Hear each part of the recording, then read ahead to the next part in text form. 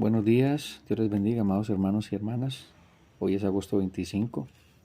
El devocional de hoy tiene por título ¿A dónde ir cuando tus pensamientos se oscurecen?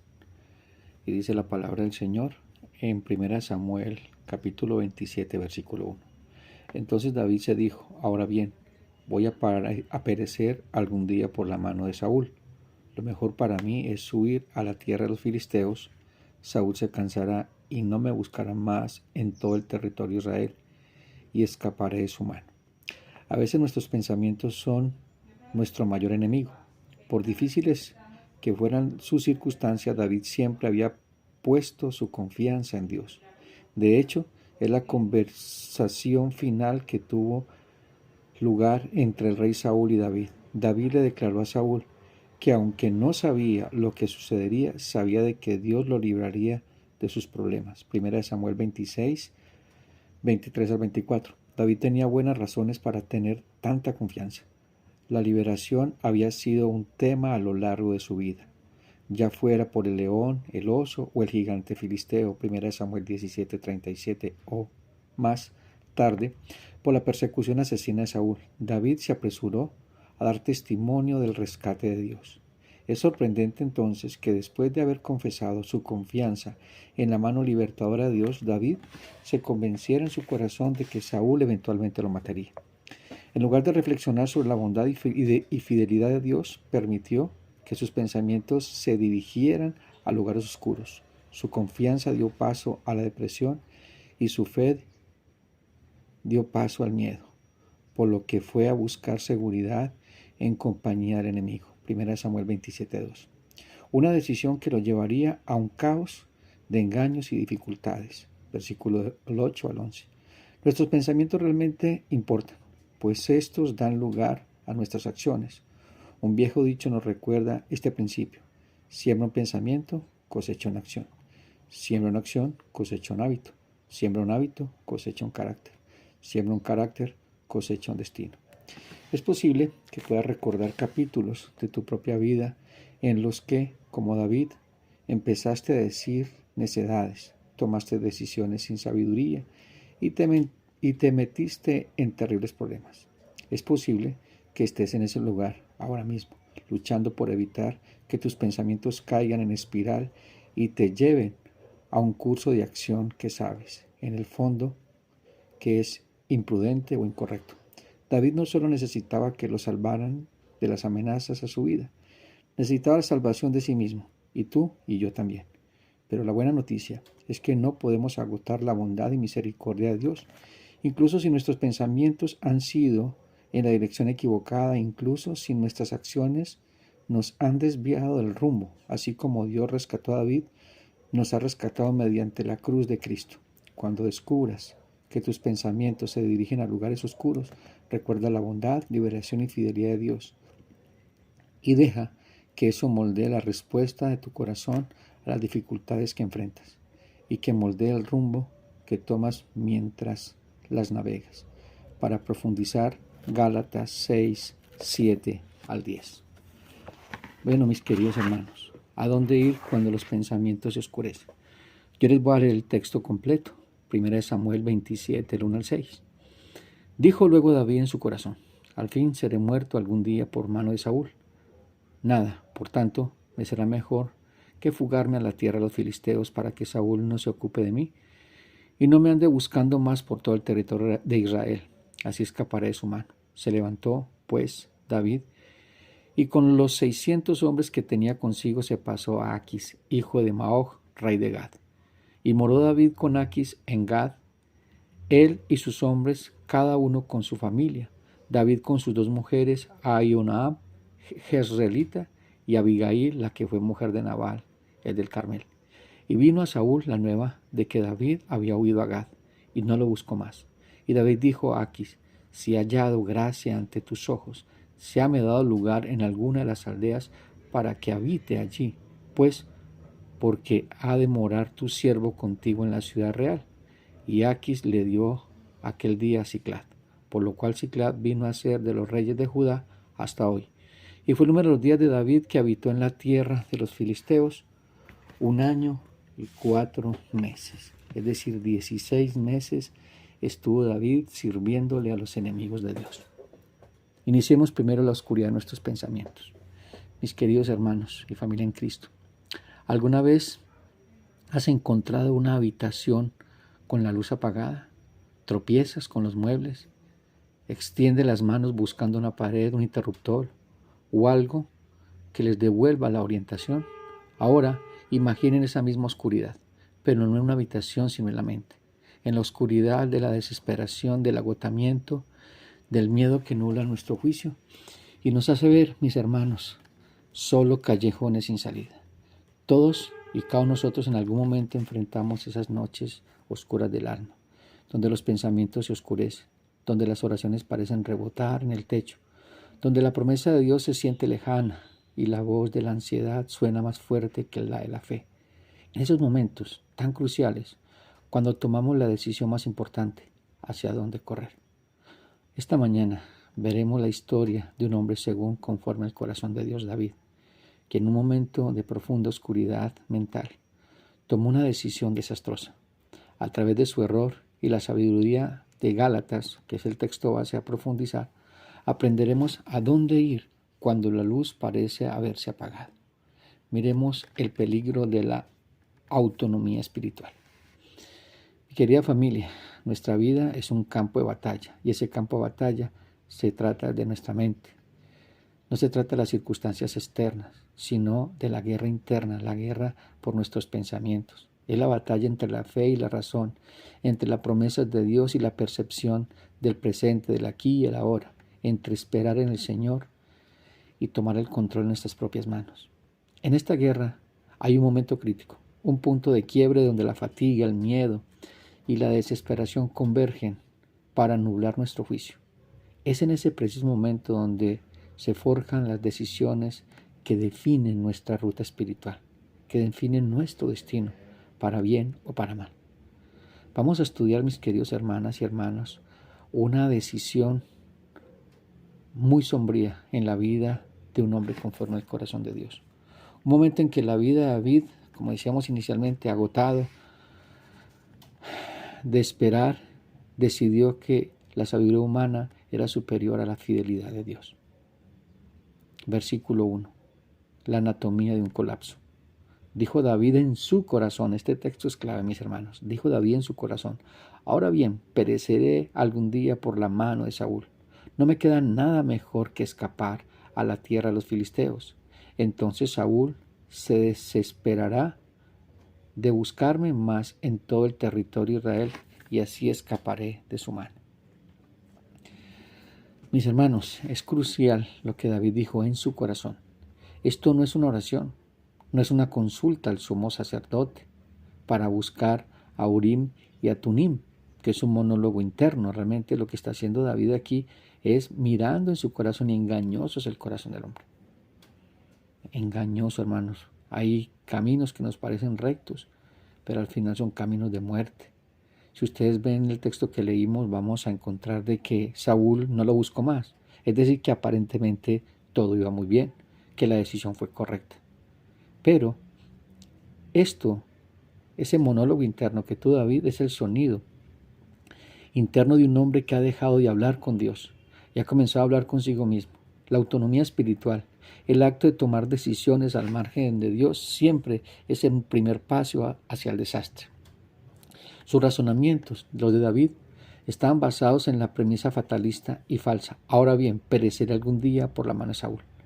Hermanos, esto es increíble. Este es el mismo David que tuvo a Saúl a su merced, no una, sino dos veces, en una cueva y en un campamento, y en ambas ocasiones Dios lo libró. Él sabe que Samuel lo ungió como el futuro rey de Israel. Sin embargo, su presente circunstancial ahogaba esa verdad teológica, ahogaba esa verdad de Dios, el establecimiento de un rey en Israel. Y él pensó que era más grande los problemas que el propósito que Dios había establecido en él. La desesperación prescribe, la historia borra las promesas de Dios y la pizarra de la mente. Hermanos, esos momentos tan críticos no podemos perder de vista las promesas de Dios, de ser como firme ancla a nuestra alma. David estaba agotado. Llevaba años huyendo de Saúl, viviendo en cuevas, fingiendo locura ante sus enemigos, y a pesar de haber tenido múltiples oportunidades de saber de que Dios lo estaba protegiendo y que lo ungiría como rey, llega a un punto de quiebre. La voz de la desesperación. Pensó David para sí mismo. Hermano, miremos este versículo que David no buscó a Dios. David consultó ni siquiera al profeta Samuel. Dice que pensó para sí mismo. En su agotamiento se encerró en el diálogo interno de su miedo. Uno de estos días caeré por mano de Saúl. La fe se apagó y solo escuchó el eco de su propio terror. Aisló a Dios de su proceso de toma de decisiones. La solución humana, lo mejor que puede hacer es huir. Cuando la fe se debilita, la carne toma el control. Y ya sabemos los frutos de la carne. Su solución fue lógica, humanamente hablando, pero desastrosa espiritualmente. Huir al territorio enemigo de Dios, a la tierra de los filisteos.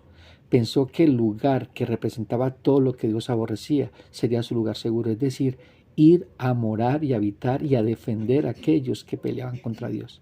Ese es el equivalente a una duda espiritual de decir, Dios no puede ayudarme, así que ayudaré yo mismo, incluso si eso significa pactar con el mundo, pactar con los enemigos de Dios. En los versículos 2 al 4 vemos la implementación del plan impío de David. Se levantó pues David y con los 600 hombres que tenía consigo, se pasó a Aquis, hijo de Maoc, rey de Gad, y moró David con Aquis en Gad, él y sus hombres, cada uno con su familia. David con sus dos mujeres, Ahinoam, Jezreelita, y Abigaila, que fue mujer de Nabal del Carmel. Y vino a Saúl la nueva de que David había huido a Gad, y no lo buscó más. David no solo piensa, actúa, se levanta y cruza la frontera más peligrosa, inimaginable. Se alía con Aquis, rey de Gad. Gad, la ciudad del gigante Goliat. Imagínense en eso, mis hermanos. A quien David decapitó. Este no es un simple error de cálculo. Es una locura impulsada por el pánico, por el miedo. Es la siembra deliberada para la carne. En el versículo 4 nos da el resultado inmediato, pero engañoso. Le fue dado aviso a Saúl de que David había huido a Gad y no lo buscó más. Funcionó. El plan carnal humanamente fue un éxito. David cosechó el alivio temporal que se daba, pero ¿a qué costo? Versículos 5 y 6. El precio de la paz carnal. David dijo a Aquis, si he hallado gracia ante tus ojos, séame dado lugar en alguna de las aldeas para que habite allí, pues ¿por qué ha de morar tu siervo contigo en la ciudad real? Imagínense esto. David diciéndole al rey de Gad, el rey de los filisteos, que él era su siervo, es decir, que estaba a su servicio y que se sometía a todo lo que él era. Qué fuerte, ¿no? Y es David, conforme al corazón de Dios. ¿Ah? Qué fuerte esto. De morar su siervo contigo en la ciudad real. Aquis le dio aquel día a Siclag, por lo cual Siclag vino a ser de los reyes de Judá hasta hoy. David, para mantener la farsa, le pide a Aquis una ciudad para vivir. Le dan Siclag. Ahora David cree que está salvo, pero lo que ha hecho es intercambiar el acecho visible de Saúl por una prisión invisible de compromiso, engaño y dependencia del enemigo de Dios ha sembrado para la carne. Veamos entonces el segundo punto, el principio divino inquebrantable, Gálatas 6, 7 al 10. Este pasaje es el comentario del Espíritu Santo sobre la decisión de David. Es una ley tan inmutable como la gravedad. No os engañéis, Dios no puede ser burlado. Versículo 7 de Gálatas 6. David se engañó a sí mismo. Pensó de que podía burlar el sistema, creer de que poder sumergirnos en el mundo, adoptar sus métodos y aliarnos con sus príncipes para escapar de nuestro dolor sin tener ninguna consecuencia. Es burlarse de Dios, es un autoengaño monumental. La ley de la cosecha, porque el que siembra para la carne segará corrupción, mas el que siembra para el espíritu segará vida eterna. David sembró para la carne. ¿Sembró qué? Autosuficiencia en lugar de dependencia, miedo en lugar de fe, el pragmatismo en lugar de principios. Y como veremos en el capítulo 30 más adelante, cosechó corrupción. Los amalecitas invadieron Siclag, llevaron a todas sus familias y a sus hombres y hablaron de apedrearlo. La siembra para la carne siempre produce cosecha perversa. Las consecuencias no vistas. Los capítulos siguientes muestran el fruto amargo de esta decisión. Tuvo que mentir, simular lealtad al rey pagano y hasta se vio obligado a mentir y luchar contra su propio pueblo. Eso lo vemos en el capítulo 29 de 1 Samuel. La decisión tomada en la oscuridad lo llevó a una red de engaños y peligro mayor. Mira lo que sucede en 1 Samuel 3, del 1 al 6. Cuando David y sus hombres vinieron a Siclag, al tercer día, los de Amalec habían invadido Negev y a Siclag, y habían asolado a Siclag y le habían prendido fuego, y se habían llevado cautivas a las mujeres y a todos los que estaban allí, desde el menor hasta el mayor. Pero nadie había dado muerte, sino se lo habían llevado al seguir su camino. Vino pues David con los suyos a la ciudad, y aquí que estaba quemada, y sus mujeres, sus hijos e hijas habían sido llevados cautivos. Entonces David y la gente que aún estaba alzaron su voz y lloraron, hasta que le faltaron las fuerzas para llorar. Las dos mujeres de David, Ahinoam la jezreelita y Abigail, que fue mujer de Nabal, el de Carmel, también eran cautivas. Y David se angustió mucho, porque el pueblo hablaba de apedrearlo, pues todo el pueblo estaba en amargura de alma, cada uno por sus hijos y por sus hijas. Esta fue una de los grandes fracasos de David. El mandamiento para nosotros como creyentes: no nos cansemos pues de hacer el bien. Así que según tengamos oportunidad, hagamos bien a todos. El antídoto para el colapso de David está aquí: no nos cansemos. David se cansó, se agotó de hacer lo correcto. El mandamiento es perseverar en hacer el bien, en confiar y en esperar y en obedecer, con la certeza de que la cosecha de Dios viene a su tiempo, no en el nuestro. No en la manera que nosotros pensamos, no es en el tiempo que nosotros queremos, sino cuando Dios lo determina. ¿A dónde correr cuando la oscuridad viene, mis hermanos? Hermanos, la tentación de huir a nuestro propio Gad es real para cada uno de nosotros. Gad representa cualquier refugio fuera de Cristo, cualquier alianza con el mundo que promete alivio pero exige compromiso. Rechacemos el monólogo interno. Cuando digo en su corazón, es el lugar de sus pensamientos más privados. Cuando los pensamientos se oscurecen, dejen de hablar consigo mismo y comiencen a hablar a Dios. Convirtamos ese monólogo en diálogo, en oración. Derramemos nuestra alma delante de Dios como David debió haberlo hecho. Él puede manejar esto con honestidad, como dice el Salmo 62:8. Dice: escucha, pueblo mío, y hablaré. Derrama delante de vuestro corazón. Dios es nuestro refugio. Recordemos la fidelidad pasada de Dios. David olvidó la cueva de Adulam, olvidó la llanura de Engadi. Se olvidó de la derrota que le propinó a los filisteos matando a David. Llevemos un diario de la fidelidad de Dios. Cuando la oscuridad viene, abrámoslo. Miremos y recordemos las victorias pasadas que Dios nos ha dado. Son evidencia de su fidelidad futura. Examinemos qué estamos sembrando. Antes de tomar esa decisión impulsiva, pregúntese: ¿estoy sembrando para la carne o para el espíritu? Huir a una relación impía es sembrar para el espíritu. Sumergirnos en el trabajo para escapar de los problemas del hogar no es sembrar para el espíritu, sino para la carne. Acurrucarnos en el aislamiento y negarnos a la comunidad con los hermanos de la iglesia, con la iglesia local, no es sembrar para la carne, no es sembrar para el espíritu, es sembrar para la carne. Hermanos, no sembrar para el espíritu es clamar a Cristo, refugiarse en su palabra y buscar el consejo de sus santos. Eso es sembrar en el espíritu. Corramos hacia Él. La comunión no está lejos. Mis hermanos, ¿qué hizo David después de ese problema tan delicado? Mire lo que hace: no había hecho eso en 16 meses. Y dijo David al sacerdote Abiatar, hijo de Ahimelech: yo te ruego que me acerques el efod. Y Abiatar acercó el efod a David. Y David consultó a Jehová diciendo: perseguiré a estos merodeadores, los pondré a alcanzar. Y le dijo: síguelos, porque ciertamente los alcanzarás y de cierto librarás a los cautivos. Aquí David vuelve a su relación con Dios. Vuelve de nuevo a la fuente de vida. Y Dios le da una victoria, porque va, recupera toda su familia, recupera todo y no pierde nada. Y vuelve en sí y entiende quién era su Dios.